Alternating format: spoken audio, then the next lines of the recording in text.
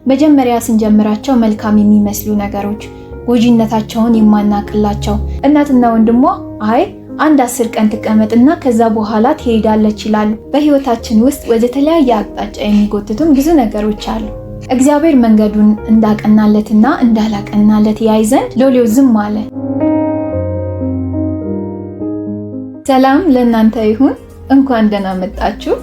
ዛሬ በመጽሐፍ ቅዱሳችን ውስጥ ያለ አንድን ታሪክ ላካፍላችሁ ፈልጋለሁ። በህይወታችን ውስጥ ወደ ተለያየ አቅጣጫ የሚጎትቱን ብዙ ነገሮች አሉ።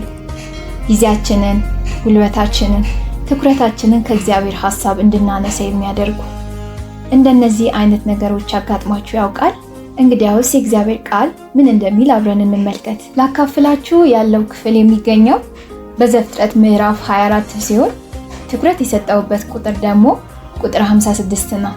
እስቲ ከቁጥር 50 ጀምሮ ያለውን አብረን እናንብብ። እንዲህ ይላል፣ ላባና ባቱኤልም መለሱ እንዲህም አሉ፣ ነገሩ ከእግዚአብሔር ዘንድ መጥቷል። ክፉም በጎ ልንመልስልህ አንችልም። ረብቃ እነኋት፣ በፊትህ ናት፣ ይዘሃት ሂድ። እግዚአብሔር እንደተናገረ ለጌታህም ልጅ ሚስት ትሁን። የአብርሃምም ሎሌ ነገራቸውን በሰማ ጊዜ ወደ ምድር ወድቆ ለእግዚአብሔር ሰገደ። ሎሌውም የብርና የወርቅ ጌጥ ልብስም አወጣ፣ ለርብቃም ሰጣት። የከበረ ስጦታንም ለወንድሟና ለእናቷ አቀረበ። እርሱም ከእርሱ ጋር ያሉት በሉ ጠጡ፣ ከዚያም አደሩ። ማልደውም ተነሱና ወደ ጌታዬ እሄድ ዘንድ አሰናብቱኝ አላቸው። ወንድሟና እናቷም ብላቴናይቱ አንድ 10 ቀን ያህል እንኳ ከእኛ ዘንድ ትቀመጥ፣ ከዚያም በኋላ ትሄዳለች አሉ። እርሱም እግዚአብሔር መንገዴን አቅንቶልኛልና አታዘግዩኝ፣ ወደ ጌታዬ እሄድ ዘንድ አሰናብቱኝ አላቸው ይላል። ታሪኩ በአጭሩ እንደዚህ ነው። አብርሃም በሸመገለ ጊዜ ሎሌውን ይጠራውና እጅህን ከጭኔ በታች አድርግ፣ መሐላንም ማልልኝ፣ ለልጄ ለይስሐቅ ከከነዓን ሴቶች ሚስት እንዳትወስድለት፣ ነገር ግን ወደ ተወለድኩባት ስፍራ ሄደክ ሚስትን ከዚያ ትወስድለታለህ ይለዋል። ሎሌው ሴቲቱ ወደዚህ ከኔ ጋር ለመምጣት እምቢ ያለች እንደሆነ ልጅህን ወደዛ ወደ ተወለድክበት ስፍራ ልመልሰውን ይለዋል። አብርሃምን እንዲህ እንዳታደርግ ተጠንቀቅ፣ ከተወለድኩበት ስፍራ ያወጣኝ እግዚአብሔር መልአኩን በፊት ይሰዳል፣ ሚስትንም ከዛ ትወስድለታለህ ይለዋል። ሎሌውም መሐላውን ይፈጽማል። ሎሌውም ከጌታው ግመሎች መካከል 10 ግመሎችን ወስዶ መልካም የሆነን ነገር ይዞ ወደ ናኮር ከተማ ይመጣልና በዚያ በደረሰ ጊዜ አንድን ጸሎት ይጸልያል። ጸሎቱ እንደዚህ ይላል፣ የጌታዬ የአብርሃም አምላክ እግዚአብሔር ሆይ ለምንሃለሁ፣ መንገዴን ዛሬ በፊቴ አቅናልኝ፣ ለጌታዬም ለአብርሃም ምሕረትን አድርግ። እነሆ በዚህ የውሃ ምንጭ አጠገብ እኔ ቆሜያለሁ። የዚህችም ከተማ ሴቶች ልጆች ውሃ ሊቀዱ ይመጣሉ። ውሃ ጠጣ ዘንድ እንስራሽን አዘንብዪ የምላት እርሷም አንተን ጠጣ ግመሎችህንም ደግሞ አጠጣለሁ የምትለኝ ቆንጆ እርሷ ለባሪያ ለይስሐቅ ያዘጋጀሃት ትሆን። በዚህም ለጌታዬ ምሕረትን እንዳደረግ አውቃለሁ ብሎ ይጸልያል። ይህንን እየጸለየ ሳለ ርብቃ እንስራዋን ተሸክማ ውሃ ልትቀዳ ወደዚያ ስፍራ ትመጣለች። ርብቃም እንስራዋን ሞልታ በወጣች ጊዜ ውሃ አጠጭኝ ይላታልና አንተም ጠጣ ግመሎችህንም አጠጣለሁ ትላለች። በዚህን ጊዜ እግዚአብሔር መንገዱን እንዳቀናለትና እንዳላቀናለት ያይ ዘንድ ሎሌው ዝም አለ። አጠጥታ በጨረሰች ጊዜ አንቺ የማን ልጅ ነሽ ይላታል። እርሷም ሚልካ ለናኮር የወለደችው የባቱኤል ልጅ ነኝ ትላለች። የዚህን ጊዜ ሎሌው እጅግ በመደሰት እግዚአብሔርን እንዲህ ሲል ያመሰግናል። ቸርነቱንና እውነቱን ከጌታዬ ያላራቀ የጌታዬ የአብርሃም አምላክ እግዚአብሔር ይመስገን።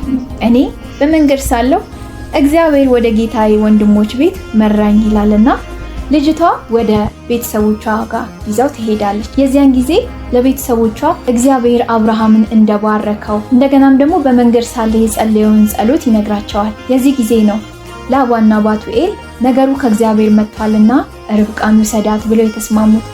ከተስማሙ በኋላ ግን ልክ መሄጃው በደረሰ ጊዜ እንሂድ፣ ወደ ጌታዬ ሄድ ዘንድ አሰናብቱኝ ሲላቸው እናትና ወንድሟ አይ አንድ 10 ቀን ትቀመጥና ከዛ በኋላ ትሄዳለች ይላሉ። የዛን ጊዜ ነው እግዚአብሔር መንገዴን አቅንቶልኛልና አታዘግዩኝ አለው። ከዚያ በኋላ ርብቃ ትጠራና እርሷ ትወስን ይባላል። ትሄጃለች ስትባል አዎ ሄዳለሁ ትላለች። ያን ጊዜ ባርከዋት ያሰናብቷቸዋል። ትኩረቴ ያለው ቃል ግን እንዲህ ይላል፣ እግዚአብሔር መንገዴን አቅንቶልኛልና አታዘግዩኝ። እንግዲህ በህይወታችን ውስጥ ስለዚህ ጉዳይ ስናስብ ልክ እንደ አብርሃም ሎሌ እግዚአብሔር ለተልእኮ ጠርቶናል። ሁላችንም ለእግዚአብሔር መንግስት ስራ ተጠርተናል። እግዚአብሔርን የሚያስከብር ህይወት እንድንኖር፣ ወንጌልን እንድንናገር፣ ከእግዚአብሔር ጋር ባለን ህብረት ዕለት ዕለት እንድናድግ። ነገር ግን ብዙ ትኩረታችንን የሚከፋፍሉ ነገሮች አሉ። ለምሳሌ ሶሻል ሚዲያ ሊሆን ይችላል፣ ስራችን ሊሆን ይችላል። መጀመሪያ ስንጀምራቸው መልካም የሚመስሉ ነገሮች ጎጂነታቸውን የማናቅላቸው እነዚህ ነገሮች ከእግዚአብሔር ሐሳብ ሊያርቁን ይችላሉ።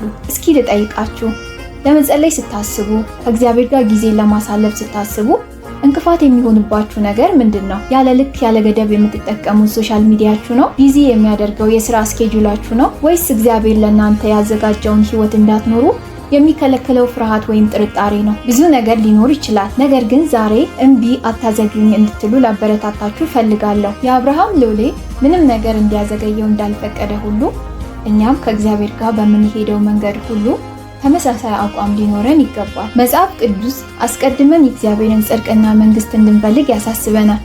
ይህም ደግሞ በማቴዎስ ወንጌል ምዕራፍ 6 ቁጥር 33 ላይ እንዲህ ሲል ተጽፏል። ነገር ግን አስቀድማችሁ የእግዚአብሔርን መንግስት ጽድቁን ፈልጉ፣ ይህም ሁሉ ይጨመርላችኋል ይላል። በዕብራውያን 12 ቁጥር 1 ላይም እንዲህ ሲል ተጽፏል። እንግዲህ እነዚህን የሚያህሉ ምስክሮች እንደ ደመና በዙሪያችን ካሉልን እኛ ደግሞ ሸክምን ሁሉ ቶሎ የሚከበንን ኃጢአትን አስወግደን የእምነታችንን ራስና ፈጻሚውን ኢየሱስን ተመልክተን በፊታችን ያለውን ሩጫ በትዕግስት እንሩጥ ይላል። እነዚህ ጥቅሶች የዚህ ዓለም ነገር ትኩረትን የሚከፋፍሉ እንደሚሆኑ ያስታውሱናል።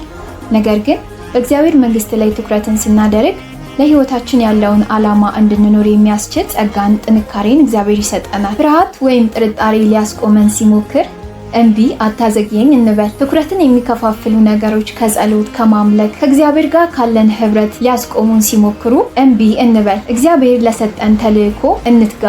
የዚህ ዓለም ነገር ጊዜያዊ ነው፣ የእግዚአብሔር መንግስት ግን ዘላለማዊ ነው። ለእርሱ እንድንኖር እግዚአብሔር ይርዳን። ስለተከታተላችሁኝ አመሰግናለሁ። የመልእክቱን ዓላማ እንዳገኛችሁ ተስፋ አደርጋለሁ። በዚህ ቪዲዮ ከተባረካችሁ ለሌሎች ሼር ያድርጉ። ተጨማሪ ቪዲዮዎች እንዲደርሷችሁ ሰብስክራይብ ያድርጉ። ቤተሰብ ይሁኑ፣ ይቀላቀሉ። ተባረኩ።